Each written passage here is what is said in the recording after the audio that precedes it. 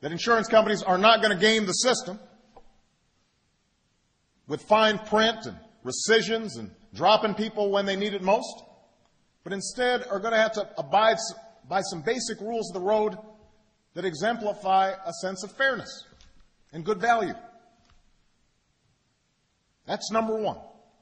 The second thing this does is it creates a pool, a marketplace, where individuals and small businesses who right now are having a terrible time out there getting health insurance are going to be able to purchase health insurance as part of a big group, just like federal employees, just like members of Congress.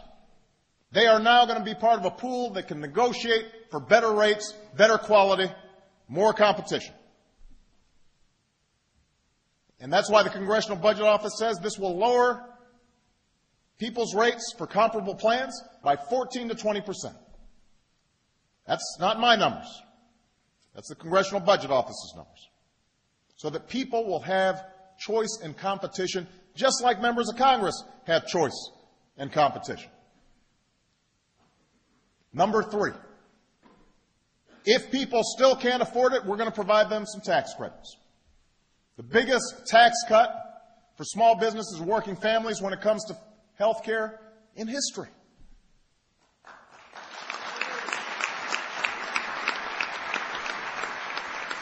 And number four, this is the biggest reduction in our deficit since the Budget Balance Act, one of the biggest deficit reduction measures in history, over $1.3 trillion, that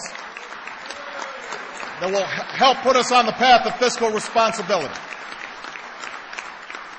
And that's before we count all the game-changing measures that are going to assure, for example, that instead of having 5 tests when you go to the doctor, you just get 1. That the delivery system is working for patients, not just working for billings. And everybody who's looked at it says that every single good idea to bend the cost curve and start actually reducing health care costs are in this bill. So that's what this effort is all about. Toughest insurance reforms in history. A marketplace so people have choice and competition who right now don't have it and are seeing their premiums go up 20, 30, 40, 50%. Reductions in the cost of health care for millions of American families, including those who have health insurance. The Business Roundtable did their own study and said that this would potentially save employers $3,000 per employee on their health care because of the measures in this legislation. And by the way, not only does it reduce the deficit, we pay for it responsibly in ways that the other side of the aisle, that talks a lot about fiscal responsibility but doesn't seem to be able to walk the walk, can't claim when it comes to their prescription drug bill. We are actually doing it. This is paid for and will not add a dime to the deficit. It will reduce the deficit. Now, is this bill perfect? Of course not. Will this solve every single problem in our healthcare system right away? No. There are all kinds of ideas that many of you have that aren't included in this legislation. I know that there's been discussion, for example, of how we're going to deal with regional disparities.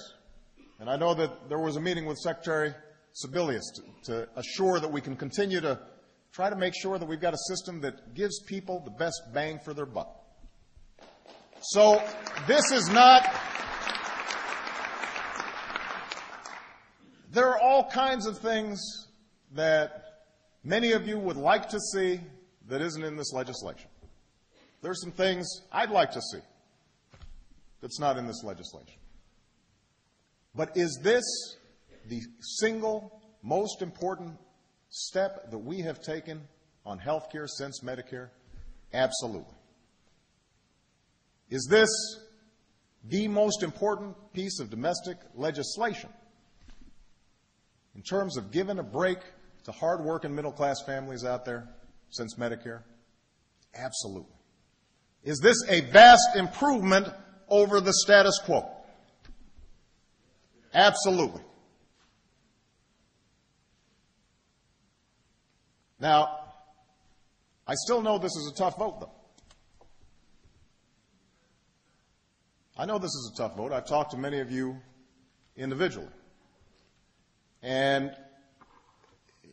I have to say that if you honestly believe in your heart of hearts, in your conscience, that this is not an improvement over the status quo, if despite all the information that's out there that says that without serious reform efforts like this one, people's premiums are going to double over the next 5 or 10 years, that folks are going to keep on getting letters from their insurance companies saying that their premiums just went up 40 or 50%. If you think that somehow it's okay that we have millions of hard-working Americans who can't get health care, and that it's all right, it's acceptable in the wealthiest nation on earth that their children with chronic illnesses that can't get the care that they need, if you think that the system is working for ordinary Americans rather than the insurance companies, then you should vote no on this bill. If you can honestly say that, then you shouldn't support it. You're here to represent your constituencies, and if you think your constituencies honestly wouldn't be helped, you shouldn't vote for this. But if you agree that the system's not working for ordinary families, if you've heard the same stories that I've heard, everywhere, all across the country, then help us fix this system. Don't do it for me. Don't do it for Nancy Pelosi or Harry Reid. Do it for all those people out there who are struggling. Some of you know I get 10 letters a day that I read out of the 40,000 that we receive. Started reading some of the ones that I got this morning. Dear President Obama, my daughter, wonderful person, lost her job. She has no health insurance. She had a blood clot in her brain. She's now disabled. Can't get care. Dear President Obama, I don't yet qualify for Medicare. COBRA is about to run out. I am desperate. Don't know what to do. Do it for them. Do it for people who are really scared right now, through no fault of their own, who've played by the rules, who've done all the right things, and have suddenly found out that because of an accident, because of an ailment, they're about to lose their house, or they can't provide the help to their kids that they need, or they're a small business who up until now has always taken pride in providing care for their workers, and it turns out that they just can't afford to do it anymore. And they're having to make a decision about, do I keep providing health insurance for my workers, or do I just drop their coverage, or do I not hire some people because I simply can't afford it? It's all being gobbled up by the insurance companies. Don't do it for me. Don't do it for the Democratic Party. Do it for the American people. They're the ones who are looking for action right now.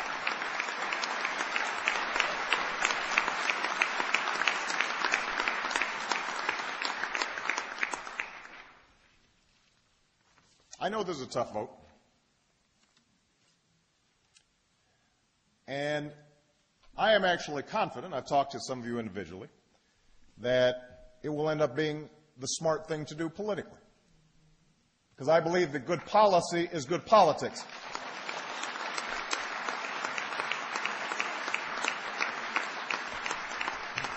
I am convinced that when you go out there and you are standing tall and you are saying, I believe that this is the right thing to do for my constituents and the right thing to do for America, that ultimately the truth will out. I had a wonderful conversation with Betsy Markey. I don't know if Betsy's around here. There she is right there.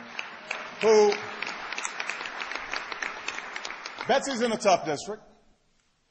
The biggest newspaper is somewhat conservative, as Betsy described.